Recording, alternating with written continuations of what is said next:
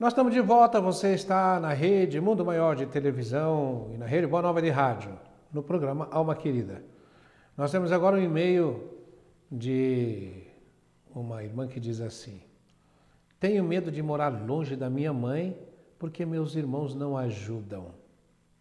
E ela diz: querido doutor Adão, tenho 30 anos, sou solteira e moro com minha mãe e meus 3 irmãos mais novos. Os mais novos ela põe entre aspas.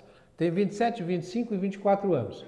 Então ela nasceu, ficou sozinha 3 anos, depois teve de 3 anos nasceu um, que tem 27, depois de 2 nasceu um que tem 25, e depois de um nasceu o outro que tem 24. A mãe teve uma filha, depois de 3 anos um filho, depois de 2 anos um filho, depois de 1 ano outro filho. Desde que meu pai foi embora, ela está dizendo que o pai dela foi embora, assumi as responsabilidades da casa com minha mãe, pois meus irmãos não nos ajudam financeiramente nem moralmente em nada. Eles têm comida pronta, roupa lavada, água, luz, telefone, tudo, mas não tiram um centavo do bolso, a não ser para as suas baladas e as bebidas nos finais de semana. Ano que vem é muito provável que eu consiga comprar minha casa, mas eu fico preocupada com essa situação toda. Ajudo a minha mãe financeiramente porque me preocupo muito e sei que ela sozinha não conseguiria arcar com as despesas da casa. Além disso, meus irmãos a tratam muito mal, gritam com ela e ela se retrai. Meu pai não toma partido. Ela disse que o pai tinha ido embora, então o pai não toma partido, deve estar longe, né? Não toma partido nestas questões. Ele sempre foi um pai omisso, sempre preferindo fechar os olhos e fugir, se envolvendo com outras mulheres, do que tentar impor respeito e ensinar algo aos filhos.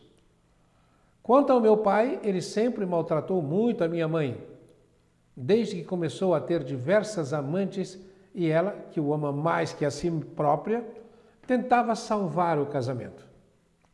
Hoje que ele mora com outra mulher, a mamãe procura ele procura a mãe dela e diz não saber o que sente por ela.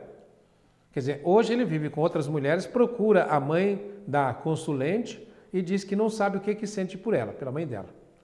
Com tantas dúvidas e desafios, me preocupo muito em sair de casa e deixar minha mãe sozinha e com os filhos que ela tem. Me sinto tão cansada, tanto espiritualmente quanto fisicamente. Tenho muito sono, posso dormir o quanto for, porém sempre estou sonolenta. Seria uma fuga? Muito obrigada pela atenção e pelas palavras que o Senhor sempre nos traz. Um grande abraço. Minha querida, desafiadora a sua situação. Mas o que eu diria para você? Sai de casa o mais depressa que você puder. Se você está com essa possibilidade, a sua mãe precisa de um aguilhão. Então, quando você sair de casa, a sua mãe não abriu os olhos ainda, porque você está ajudando ela a ficar cega. E você está sustentando a insensatez e a inconsequência e a irresponsabilidade dos seus irmãos. Se você fica lá, você diz, eles têm casa, têm comida, têm luz, têm água, têm tudo, não fazem nada. Roupa lavada. Imagina se você sair de casa, a sua mãe vai se sentir mal. Aí ela vai recorrer a você. Aí você fala, mãe, vem ficar comigo. Mas e os meninos? Normalmente é assim, né? Essas mães, super mães. E os meninos?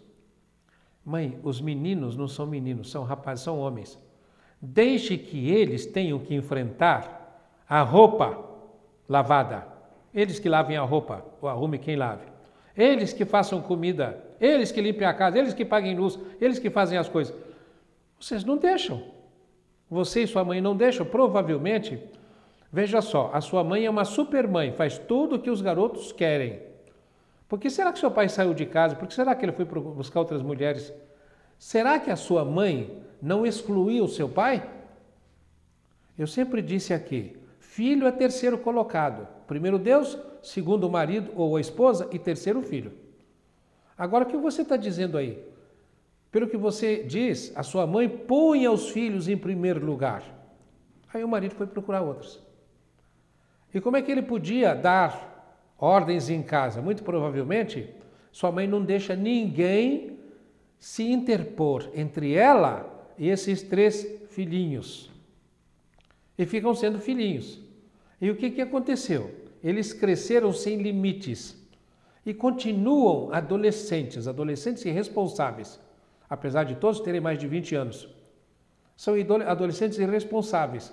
Na hora em que a sua mãe sentir que não aguenta, aí o sofrimento vai fazer com que ela sofra uma limpeza. O sofrimento age como desintegrador de catarata. Então ela vai abrir os olhos, vai começar a ver. Está entendendo? E solvente de cera de ouvido, ela vai aprender a ouvir. Aí você vai poder falar. Aí você vai falar, fala com amor. Mãe, será que não é hora deles começarem a cuidar da vida deles? Por que você tem que fazer isso? Será que você acha que eles têm que ser tratados ainda como se fossem bebês? Agora, sempre tem o relacionamento do passado. Será que a sua mãe não foi escrava desses seus irmãozinhos, desses santinhos? Eu falei santinho porque estou com vontade de falar outras coisas, viu? Ah, se estivesse perto de mim, mas eu levar uma carraspana daquele jeito. Imagina se eu tenho a oportunidade de pegar toda essa turma na minha frente. Você precisa saber o que eu falaria. Escuta aqui, rapaz, vocês estão pensando o quê? Vocês estão pensando o quê? A mãe é mãe ou é escrava? Vocês querem ser donos da vida de vocês ou querem que ela fique bancando? Onde é que está para vocês aquele mandamento do Cristo que quem não deixar pai e mãe por amor de mim não é digno de mim? Quando é que vocês vão começar a dar com as próprias pernas? Aí talvez eles se assustem. Falam, ué, mas ninguém nunca disse isso. Nunca disse que nós tínhamos que andar com as próprias pernas. Aprendemos sempre a andar com as pernas dela. Ter mãos, as mãos dela. Fazer a comida com as mãos dela. Lavar roupa com as mãos dela. Andar com as próprias pernas dela. Para nossas pernas nós vamos para a balada, porque ela não vai, então nós vamos. Minha filha, para eles aprenderem a andar com as próprias pernas, é preciso que as pernas que eles estão usando saiam. Então, quem não deixar pai e mãe por amor de mim não é digno de mim. Você está nesse grupo para ajudar a sua mãe a fazer isto. E a sua mãe não vai fazer se não tiver um estímulo externo. É claro que ela vai sofrer e você precisa estar preparada para isso. Precisa estar preparada para ajudá-la. Para dar sustentação a ela. Este é a ajuda que você pode dar. Fora disso, você não vai estar ajudando sua mãe. Você vai estar ajudando os seus irmãos a continuarem como eles são. Então, está aí o recado. Cuide-se e cuide da sua mãe, fazendo com que os irmãozinhos aprendam o que é deixar pai e mãe. Tá? Espero que a resposta possa ter ajudado. Vamos ver agora o outro e-mail, o que ele nos diz. Às vezes vem os e-mails... Vem uns e-mails que são tão compridos que às vezes a gente não dá tempo de ver. Vamos ver esse aqui que tamanho tem. Meu marido está me fazendo muito mal. Como devo reagir? Olá, senhor Adão, gostaria de uma ajuda em relação ao meu relacionamento conjugal. Agradeço a Deus pelo meu casamento, porque sinto que depois dele venho me aproximando muito de Deus. Por outro lado, o motivo dessa aproximação é triste. É sempre assim, né? O Paulo de Tarso diz que tudo concorre para o bem e, como eu disse, o sofrimento desintegra a cera de ouvido. É triste, então você ficou triste. Essa tristeza fez com que você se aproximasse da espiritualidade. Meu marido se afastou dos estudos espíritas e está manifestando buscas materiais em excesso. Imagine se ele tivesse uma mulher, minha querida, que também partilhasse disso.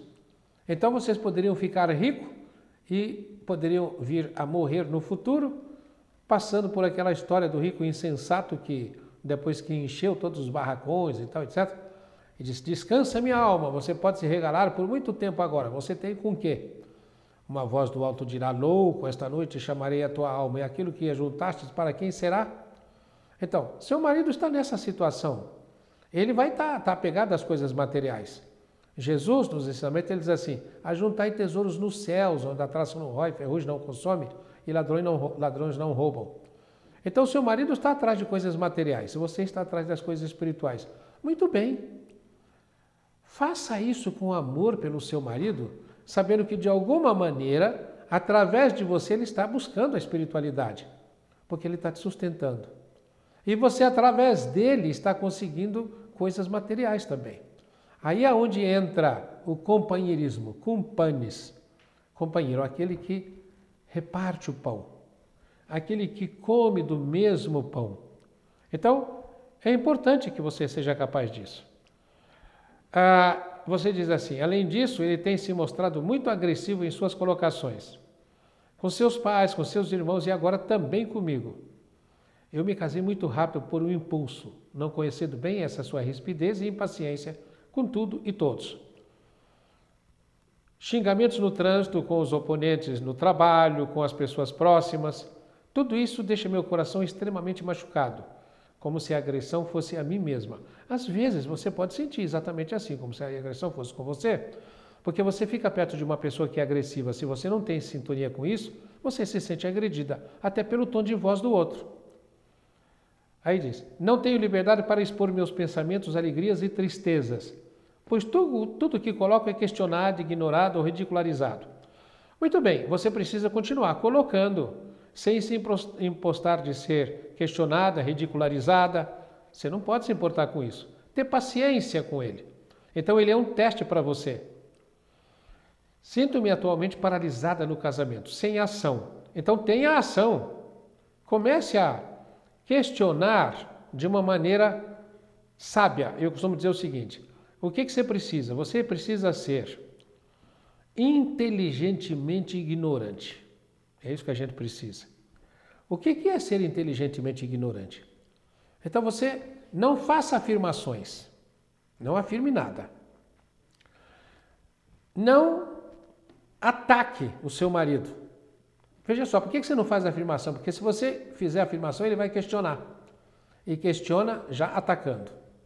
Não afirme que se você afirmar, ele vai questionar. Então também não ataque, porque ele vai questionar e você vai querer atacar. Não ataque. Se ele te atacar, não se defenda. Então não afirme, não ataque, não se defenda.